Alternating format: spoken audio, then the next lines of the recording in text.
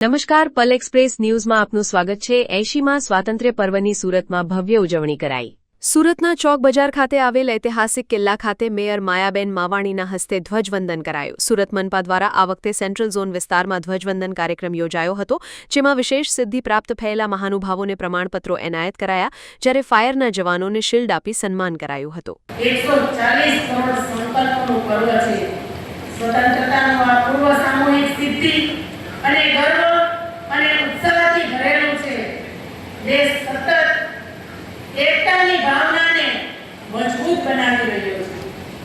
આજે 140 કરોડ દેશવાસીઓ તિરંગાના રંગમાં રંગાય છે, ત્યારે હવે આ એક પંક્તિ અર્પણ એ યુવાનોને, જે કાલનો સૂરજ થઈ ઉજાળે વતનને, જે કાલનો સૂરજ થઈ ઉજાળે વતનને, કે યુવાન ઉઠાવે મસાલ પુરાણી, આ યુવાન ઉઠાવે મસાલ પુરાણી, વીરોના બલિદાનની આગળ ધપે વાણી, વીરોના બલિદાનની આગળ ધપે વાણી। ટેક અને એઆઈના શસ્ત્ર ઉકેલે યુગની સમસ્યા, ટેક અને એઆઈના શસ્ત્ર ઉકેલે યુગની સમસ્યા, જવાબદારીની લગામે ધપાવે રાષ્ટ્રની દિશા।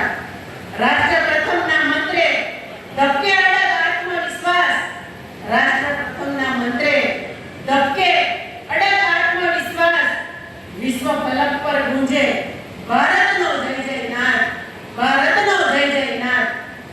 આજનો આ દિવસ એ માત્ર તારીખ નથી, પરંતુ કરોડો ભારતીયોના ત્યાગ, સંઘર્ષ અને શક્તિની સદીઓથી પુરાણી ગાથાનું જીવન પ્રતીક છે।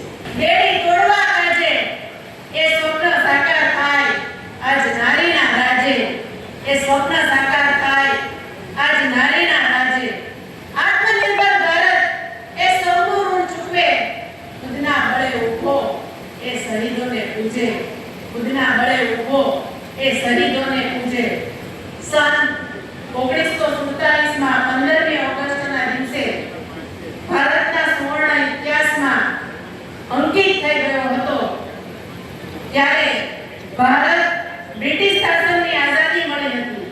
આ એક કઠિન અને લાંબો સંઘર્ષ હતો, જેમાં ઘણા સ્વતંત્રતા સેનાનીઓએ અને મહાપુરુષોએ આપણી વાલી માતૃભૂમિ માટે પોતાના જીવનનું બલિદાન આપ્યું હતું। આ દિવસ આપણને સ્વતંત્રતા સેનાનીઓનો સંઘર્ષ અને આઝાદી પ્રાપ્ત કરવામાં તેમના બલિદાનને યાદ અપાવે છે। આજે દેશ